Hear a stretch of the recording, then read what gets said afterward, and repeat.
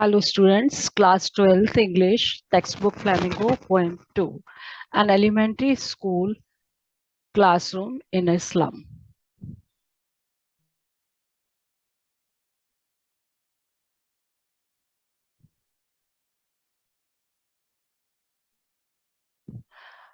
My introduction, I'm Sushma Sharma. I have 33 years teaching experience as an English teacher.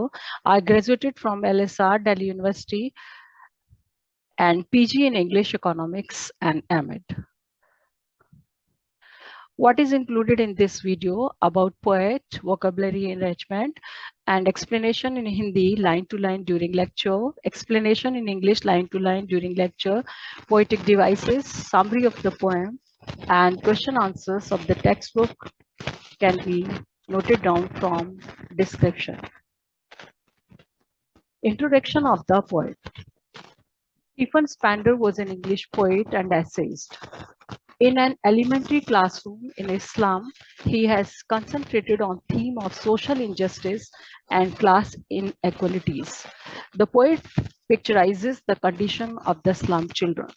Stephen Spender जो है वो English के कवि हैं, उसके साथ साथ वो एक एसेइस्ट भी हैं, वो एक निबंध लिखने वाले भी हैं और elementary school classroom in slum गंदी बस्ती में के स्कूल में एक क्लासरूम को प्राथमिक कक्षा कक्ष को उन्होंने दर्शाया है. ही हैज कंसंट्रेटेड, उन्होंने इस बात पर बहुत ज्यादा जोर दिया है कि जो मुख्य इस कविता का थीम है कि सोशल इनजस्टिस, सामाजिक जो अन्याय है, एंड क्लास इनइक्वालिटीज, और जो वर्ग विभेद है उसके ऊपर ये पोएम है. The poet picturises the condition of the slum children, और जो पोएट हैं वो चित्रित करते हैं हमको स्लम चिल्ड्रन के बारे में. First of all, I would like to mention it that I have given the difficult meanings in bracket. So first of all, I would like to tell you, have you ever seen any school in slum classroom? No.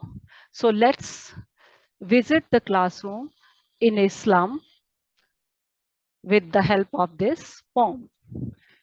First of all, I will give you explanation. Far, far away from gusty waves these children faces. The poet says that the children, those who study in slum classrooms, in slum schools classroom, their faces are away from, very far, very away from blowing waves. Here, waves are associated with the energy. So these students are not having normal life. They are very away from energies. And these children faces, और ये जो बच्चे हैं, ये जो है ऊर्जा इनको किसी भी प्रकार की नहीं मिल रही है, ज्ञान इनको बहुत अच्छा किसी प्रकार से नहीं मिल रहा है. और दीज चिल्ड्रन फेसेस, इन बच्चों के जो चेहरे हैं लाइक रूटलेस वीड्स. कवि ने इसको बताया है कि इनके जो चेहरे हैं वो लाइक मी सिमिलर, समान दिखाई देते हैं जैसे कि जड़ से उखड़े हुए जंगली पौधे.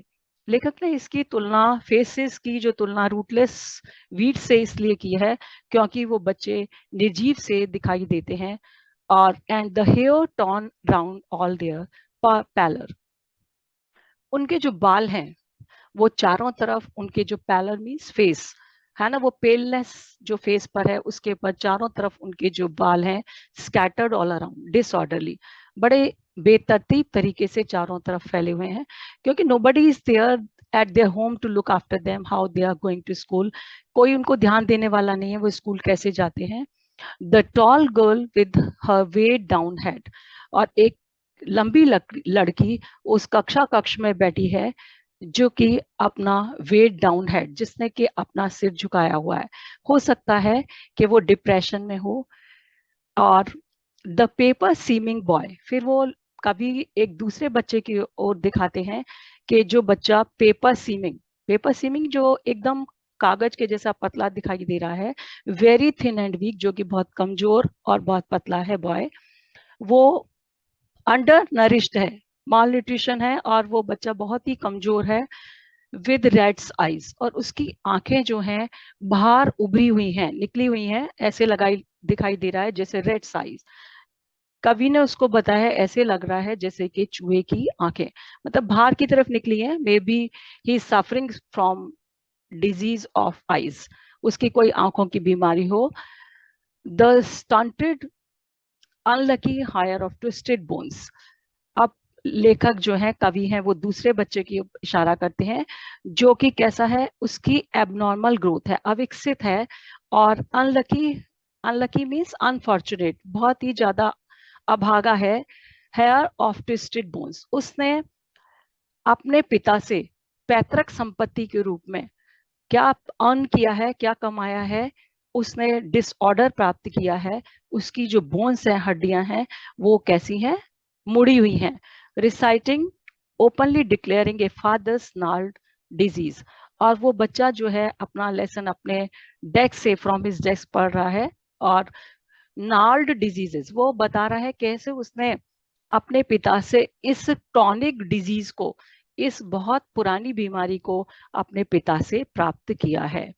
His lesson from his desk, वो अपना पाठ अपने डेस्क से ही पढ़ रहा है। अब कवि बताते हैं उस कक्षा की स्थिति जिस कक्षा में हम गए हैं, इस्लाम क्लासरूम के। At back of the dim class, dim means not sufficient light, जो वो क्लास है उसके पीछे की साइड पर एक बच्चा बैठा है जो कि उस कक्ष में लाइट जो है, प्रकाश है, वो बहुत मंदा है। One unnoted, unnoted means unnoticed, जिसके ऊपर ध्यान नहीं है। स्वीट यंग, वो बच्चा जो लड़का है वो स्वीट है, प्यारा है, यंग है। His eyes live in a dream, दुख इस बात का है कि जो वो बच्चा है वो भी किस में खोया हुआ है, वो भी स्वप्न में खोया हुआ है। Of squirrels came in tree room other than this, ये जो बच्चा है वो जो है फैंटेसी में खोया हुआ है। फैंटेसी मीन्स कल्पना लोक में, ड्रीम मीन्स कल्पना लोक। उसकी जो आईज हैं वो कल्पना लोक में खोई हुई हैं। कैसे? ऑफ स्क्विरल्स गेम, वो एक गिलहरी के खेल को देख रहा है। In tree room, tree room means hollow place in the tree, पेड़ में जो खाली खोखल जैसी जगह होती है उसमें बैठा वो गिलहरी है, और उसका ध्यान बच्चे का उस पर है। अदर देन दिस, वो भी पाठ पर ध्यान नहीं दे रहा है। तो ये सिचुएशन बताई उन्होंने बच्चों की, जो बच्चे उस क्लास में बैठे हुए, दे आर माल नरिश्ड और they are not having interest in the class, some are disease, कुछ बीमार हैं। अब हम अगले पैराग्राफ में देखते हैं। अब जो कवि हैं वो बता रहे हैं कंडीशन उस क्लासरूम की, उस क्लासरूम की हालत कैसी है। ऑन सॉ क्रीम वॉल्स, जो वहां की दीवारें हैं कक्ष की, वो ऑफ वाइट कलर की हैं, मतलब सफेद सा कुछ पीलापन लिए हुए रंग है दीवारों का। डोनेशंस, और जो ऐसे स्कूल्स हैं उनमें मोस्टली चीजें जो होती हैं they are gifted by the people, मतलब बच्चों से रिलेटेड हो या ना हो, डोनेशन में मीन्स गिफ्ट में जो चीज मिली है वो वहां पर डेकोरेशन के लिए, सजावट के लिए कक्षा कक्ष में प्रयोग होती है।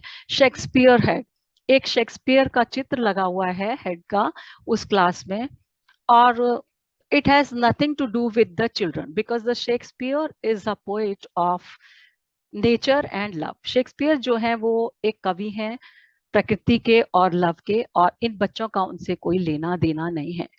So it is a wicked example for them, ये उनके लिए कोई अच्छा उदाहरण नहीं है क्योंकि इससे उन्हें कुछ मिलने वाला नहीं है।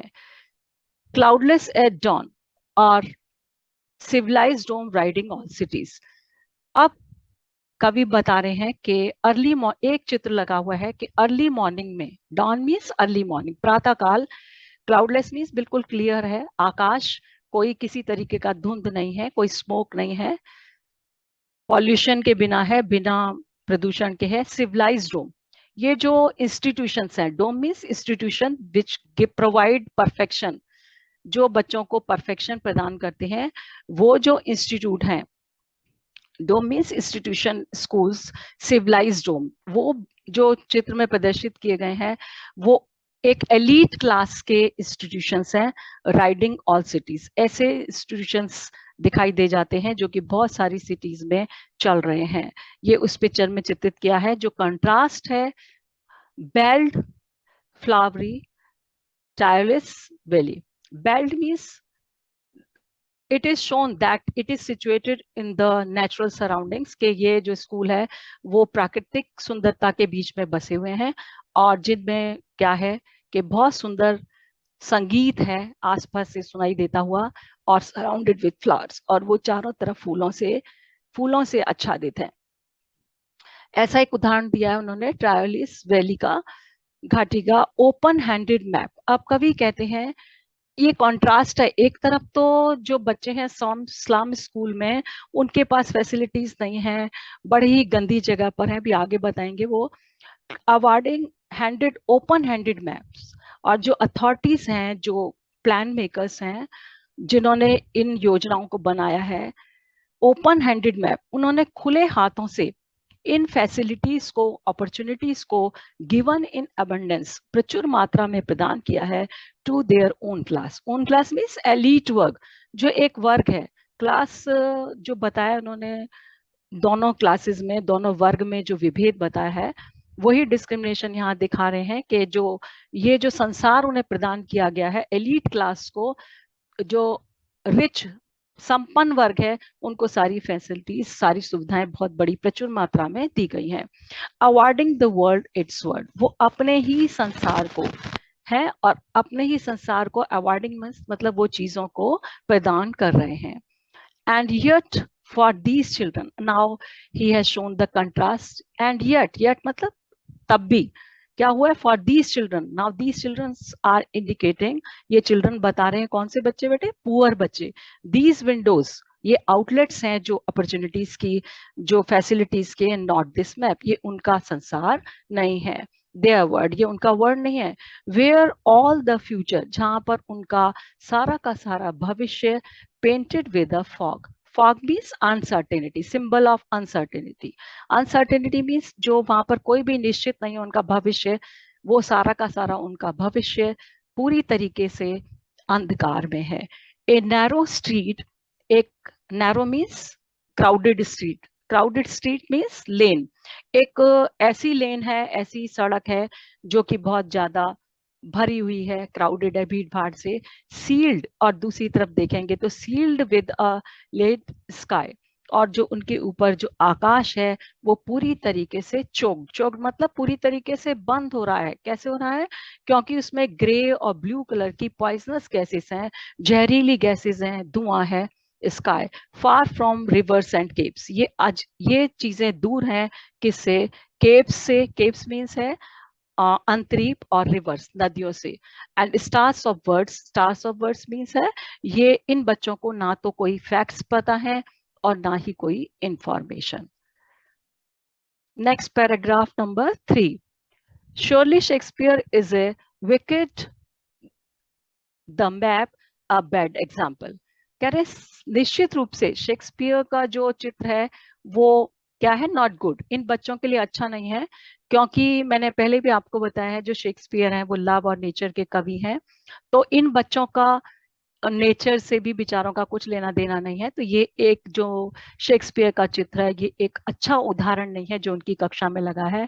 The map a bad example, और जो संसार है किसका, एलीट क्लास का, जो संपन्न वर्ग का क्लास है, वो भी उनके लिए एक बुरा उदाहरण है, क्योंकि वे सब चीजें उनको उपलब्ध नहीं है। विद शिप्स एंड सन, यहाँ पर जो शिप का प्रयोग किया गया है वो एसोसिएट कर रहा है, सिंबल है मैन मेड लग्जरीज का, कि मनुष्य के द्वारा बनाई गई जो सुविधाएं हैं, संपन्न चीजें हैं, एंड गॉड गिफ्टेड नेचर, ये बता रहा है सन को। तो ये बच्चे वंचित हैं दोनों ही चीजों से, कि मनुष्य को प्राप्त जो विलासिता की चीजें हैं वो भी नहीं है इनके पास में, और ईश्वर ने जो सबको अपने आप बराबर दिया था, नेचर का गिफ्ट, वो भी उपहार इनके पास नहीं है, नेचर की ब्यूटी से भी बहुत दूर है। And love tempting them to steal, अब ये बच्चे क्या होते हैं, जब इन सारी सुविधाओं से संपन्न लोगों को देखते हैं, उनके पास ये सारी चीजें देखते हैं, तो इन चीजों के प्रति उनका लव मीन्स प्यार आता है, मतलब उनको मन करता है कि हमें भी ये चीज मिले। टेम्पटिंग मीन्स अट्रैक्ट होते हैं, वो उसकी ओर आकर्षित होते हैं, दैम टू स्टील, उनको चुराने के लिए, और बेचारे फिर क्रिमिनल बन जाते हैं। तो इस प्रकार से आप देख रहे हैं कि इन बच्चों के पास कोई भी सुविधाएं नहीं है। For life that slightly turn in their cramped holes, इनकी जो जिंदगी है वो बड़ी ही दर्दनाक है, बहुत ही मिजरी से भरी हुई है।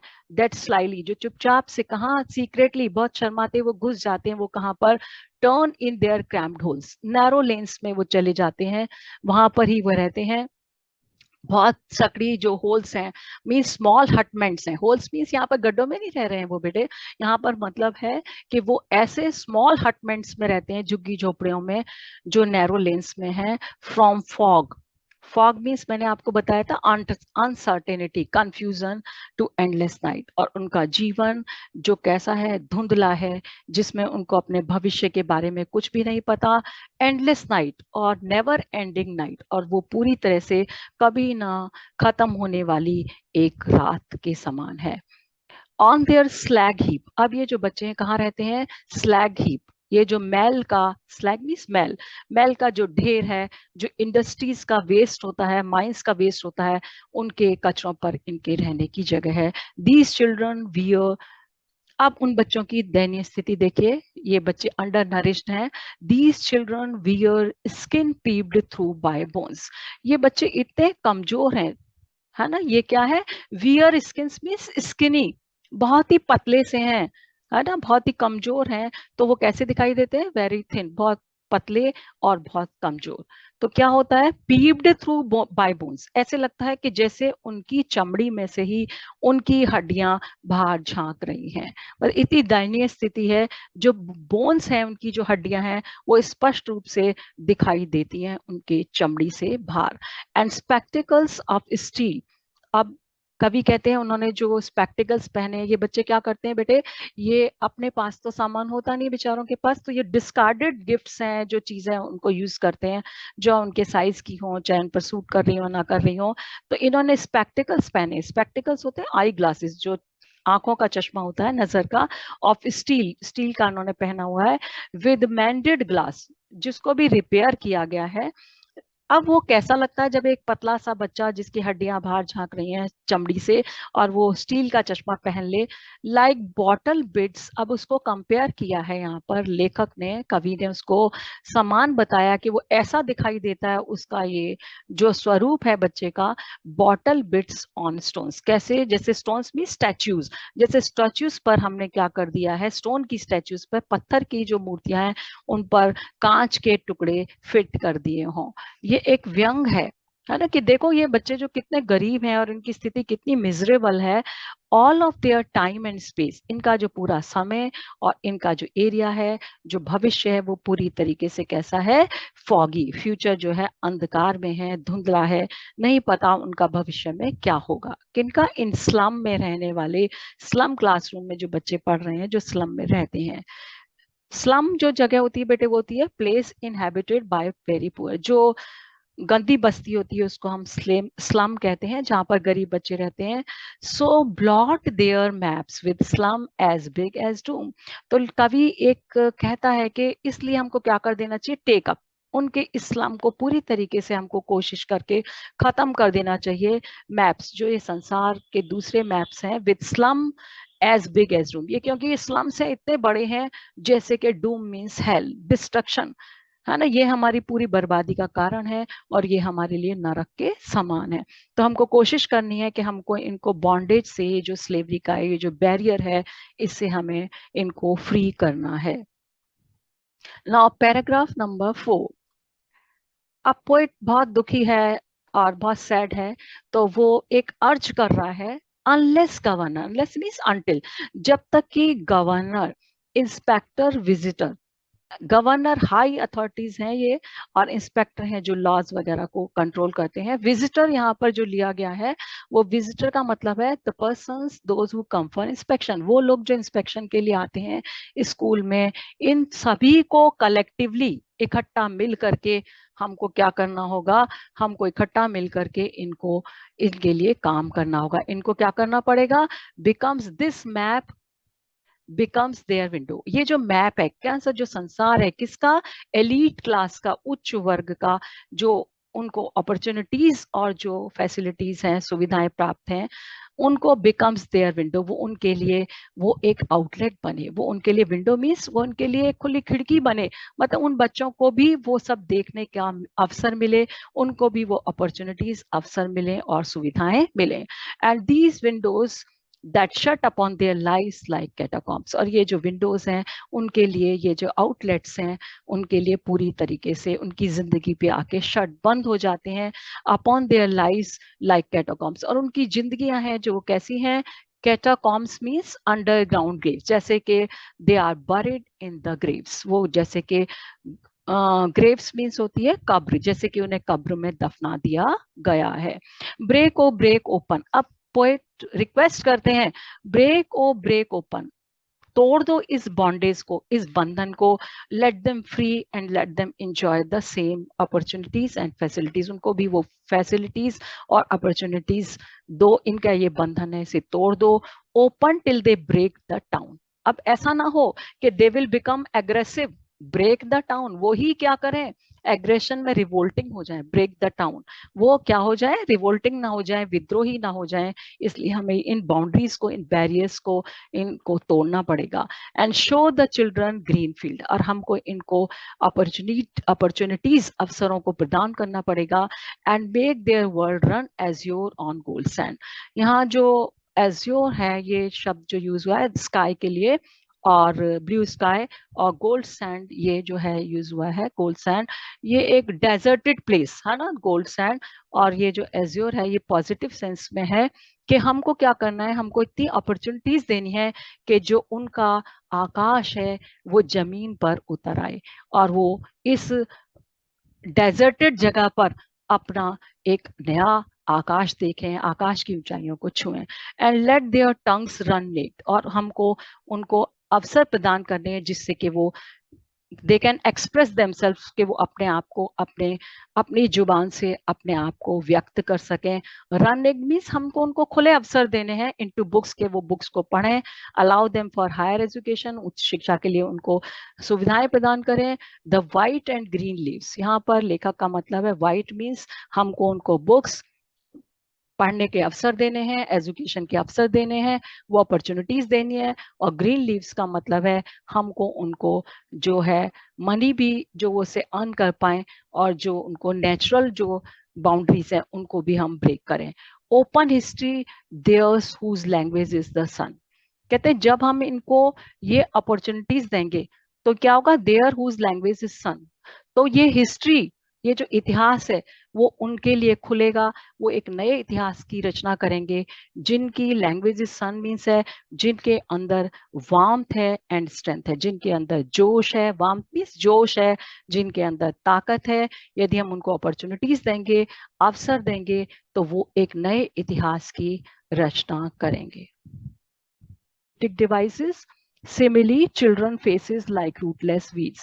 Like is here used to describe the simile. Wherever when we compare the two things with word like, it is an example of simile. Metaphor, paper seeming boy. When something is not something, when something is another thing, that is called metaphor. Paper seeming boy. Next, language in the sun, stars of words. These are few examples of metaphor. Symbol. The sun is here, symbolizes life, energy, positivity, confidence, knowledge. And fog here symbolizes uncertainty. Contrasting images, a narrow street sealed with a lead sky, far, far away from rivers, caves, and stars of words. Please like and subscribe. Thank you. Summary of the poem in YouTube description. Question and answers are also of the textbook are also given in YouTube description. Thank you. Bye bye.